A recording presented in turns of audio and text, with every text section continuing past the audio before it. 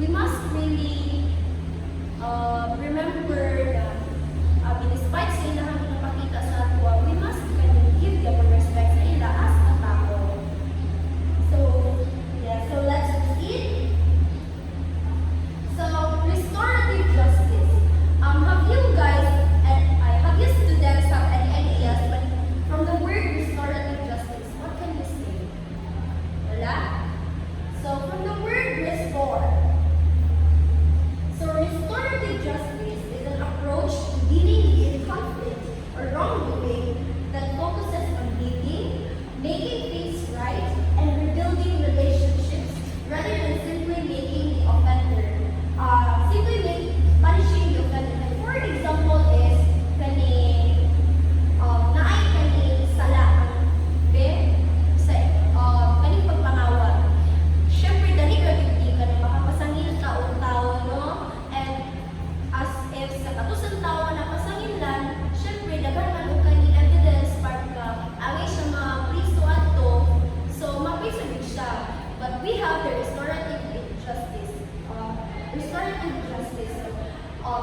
We are very much thankful for this because this is an ongoing process in which ginakuan jud if katubag siya nga tao is given ba siya ga proven guilty or not guilty siya. So kani po siya is this makes a person gina-assess gid niya if kani po siya tao salaan or dili. So it asks the question, who was hurt and how can we help them heal instead of what rule was broken and how do we punish the person who caused harm, the person harmed, and the community. It aims to repair the harm through communication, understanding, and action. So sa pinakababaw pa rin siya kaning lagan is one of the biggest example is conflict between your neighborhood or you. Mag-fix pag yun siya through communication sa inyong barangay and understanding sa pagsabot and of course need yung action na makita na nagbagong luha. So pasabot ba students? Yes, ma'am.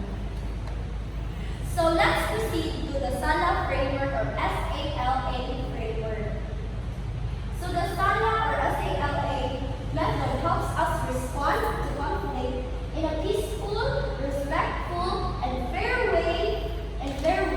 It stands for Stop, Ask, Listen, Act. Okay. So stop, meaning pause before reacting. Its purpose is take a deep breath and control your emotions. Reacting in anger can make the problem worse. Yes, because siguro pa mga students naka-experience mo if namoy kanina kontra or nay naka-absent sa inyo, syempre kana mangurog na mo sa diba? So gusto na lang din ka magsige utubag without kanang ma-observe sa inyo nga kanang dili na kamo ang na-spirit ka ng wala na sa inyo una yung pinastorya kay nag-react to dito. So it is really important that we should take a deep breath before speaking, and of course we should think before we speak.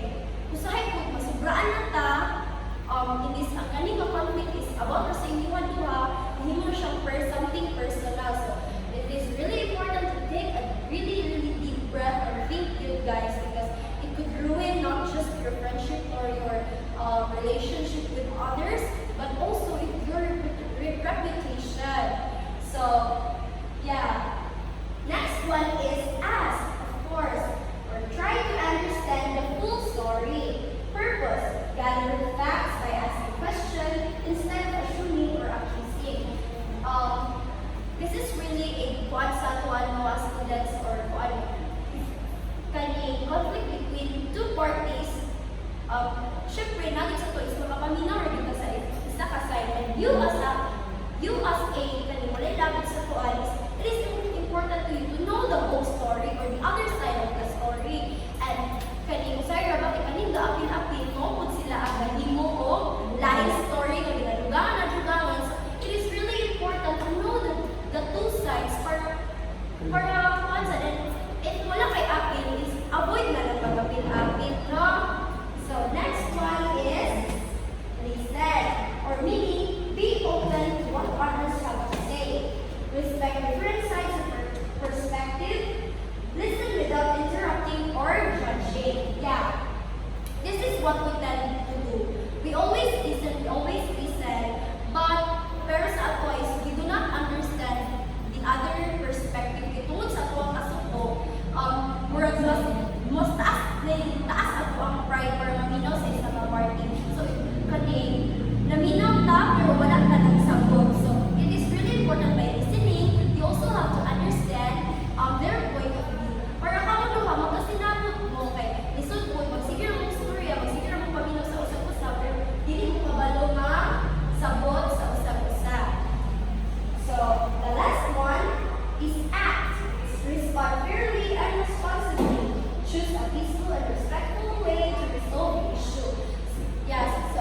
dili gyud maayo sa no kani if nainitabo conflict is deter mo siya dasmagan. You should find timing, or a place na parang, or some of privacy na kamara duha mag-storya, or mas maayo kay approach nimo siya, dili gyud right away. You let it nga kanang cool off no inyong mga head, like magkuan din ka, mag-approach din ka nice, di ba ka mag-storya, kay nagkikil ko sa inyong ingon, or sa dili gyud pwede nga, ano, ay dili gyud pupunta, no? Kay work pa sa mga imbis na may inyong pikil, di dako siya ayaw naging padako no? So we should always remember, and it really helps with our students, you know, to really stop, ask, listen, and act in terms of conflict. So, do you understand, students? What will you do if there are conflicts? Stop, ask, Listen. and act. Again? Stop, ask, listen, and act. Very good. So, why use Sala? So, first, it helps avoid fights or misunderstanding. It encourages kindness, fairness, and understanding. And lastly, it makes school community safer and more respectful. So, okay, if there is peace, if there is no chaos, there is always a friendly environment for everyone, no? There's always space for laughter. So, unsa ganito ang ato so let's have a short review. By reviewing, we will be proceeding to our activity. So our activity will be, you as a group, you will be making a short role play about the SALA framework, reflecting on the SALA framework. So you will be choosing a, what do you call this one? You will be choosing a setting. Is it in the community or in the